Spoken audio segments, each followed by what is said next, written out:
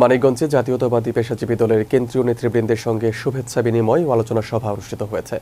মানিকগঞ্জে বাংলাদেশ জাতীয়তাবাদী পেশাজীবী দলের কেন্দ্রীয় কমিটির নেতৃবৃন্দের সঙ্গে জেলা কমিটির উদ্যোগে বৃহস্পতিবার দুপুরে শুভেচ্ছা বিনিময়, অভিনন্দন ও আলোচনা সভা অনুষ্ঠিত হয়েছে।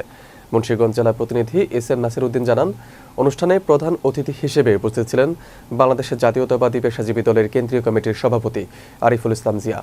বিশেষ অতিথি হিসেবে উপস্থিত ছিলেন কেন্দ্রীয় কমিটির সাধারণ সম্পাদক প্রকৌশলী মোহাম্মদ শহীদুল ইসলাম রাসেল, সহ-সভাপতি মোহাম্মদ আরফিন, এস.এম. মিজানুর রহমান ওহিদ, সিনিয়র যুগ্ম সাধারণ সম্পাদক নাফিস মাহবুব, যুগ্ম সাধারণ সম্পাদক মোহাম্মদ শাহাদাত হোসেন, কেন্দ্রীয় নির্বাহী কমিটির নেতৃবৃন্দ, জেলা কমিটির নেতৃবৃন্দ সহ সুধীজনেরা উপস্থিত ছিলেন। আলোচনা সভায় বক্তারা পেশাজীবীদের ঐক্য সংগঠনের সাংগঠনিক কার্যক্রম আরও শক্তিশালী করা, উপজেলা কমিটির সাংগঠনিকভাবে শক্তিশালীকরণ, গণতান্ত্রিক মূল্যবোধ প্রতিষ্ঠা এবং বৃক্ষরোপণ সহ জনকল্যাণমূলক কর্মকাণ্ডে সক্রিয় ভূমিকা রাখার উপর গুরুত্বারোপ করেন।